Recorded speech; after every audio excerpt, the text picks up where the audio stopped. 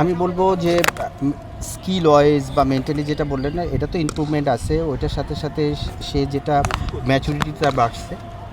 হ্যাঁ, সে এখন খেলা নিয়ে যেভাবে আগে চিন্তা করতো আমি কীভাবে জানি না, তো এখন যেভাবে চিন্তা করছে আসলে ওর এই ম্যাচুরিটিটা অনেক ভালো হয়েছে। তো এইটা ওর পারফরমেন্সের মধ্যে ইফেক্ট করবে এবং আমার কাছে মনে হয় যে এখনও তার অনেক কিছুই করার আছে এবং তার ইচ্ছাটাও এরকম, বা ডেসপারেশন যেটা বলি না কেন, শব্দটা ইউজ করা যেতে পারে। সে আসলে হাঙ্গার হয়ে আছে পারফর্ম করার জন্য এবং আবার ব্যাক করার জন্য।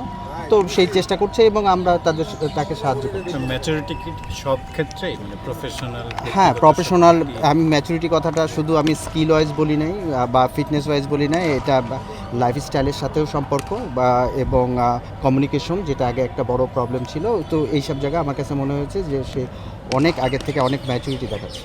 রিয়াদ প্রথম সিরিজ আসছেন এবং চমৎকার কাজ করছেন তিনি প্লেয়ারদের সাথে। তার কমিউনিকেশন খুবই ভালো এবং তার এক্সপেরিয়েন্স সে শেয়ার করছে এবং বিভিন্ন সিচুয়েশনে আসলে কী ধরনের কীভাবে চিন্তা করা উচিত, এই বিভিন্ন টাইট সিচুয়েশনে আসলে সে কীভাবে চিন্তা করছে। তো এই জিনিসগুলো ওদের সাথে শেয়ার করছে, সাথে সাথে টেকনিক্যাল বিভিন্ন জিনিস নিয়ে সে ব্যাটিংয়ের কথা বলছে। তো এই ছেলেরা আসলে ট্রাস্টের জায়গা আছে, কেন সে একটা এক্সাম্পল আমাদের দেশের ক্রিকেটে।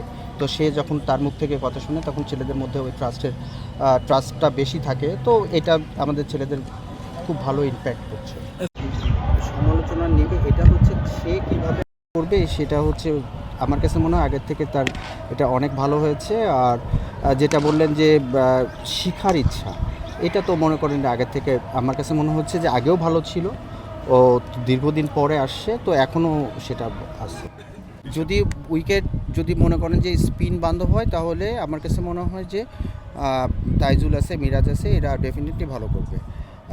আমরা একটা ভুল করি যে আমরা সাধারণত স্পিনারদের বাইরের দেশে আমাদের স্পিনাররা কেন ভালো করছে না এইভাবে ধরি। তো আপনি যদি নাথান লায়নরা দেখেন বা যারা এখানে শার্টনার আছে, যারা টেস্ট খেলে, আমার কাছে এটা আমার যে তারা আসলে এই উইকেটে কোন সময় থেকে অ্যাডভান্টেজ পেতে থাকে, 4th ডে 5th ডে, এবং তখন একটা টার্গেট থাকে, ব্যাটসম্যানদের প্রেশার থাকে তখন উইকেটে।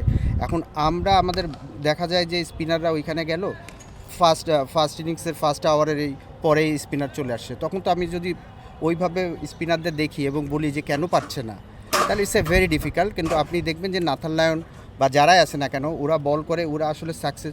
ফার্স্ট ইনিংসে কত ওভার বল করে, দেখবেন যে সেকেন্ড ইনিংসে তাও একটা ক্ষেত্র তৈরি হয় যেখানে ব্যাটসম্যানরা প্রেশারে থাকে, সেখান থেকে আসলে পারফর্ম করে। তো এদেরকে যদি মনে হয় যে পেস বান্ধব উইকেট এবং স্পিনারদের যদি পারফর্ম করতে হয়, তাহলে আমাদেরও ওই জায়গাটায় ম্যাচটা নিয়ে যেতে হবে। এখন আমি যদি পেস বান্ধব উইকেটে আমি যদি স্পিনারদের বলি যে ফার্স্ট ইনিংসের লাঞ্চের আগে এসে বল ঘুরাও আর উইকেট বের করে ফেলো, ইটস এ ডিফিকাল্ট আসলে।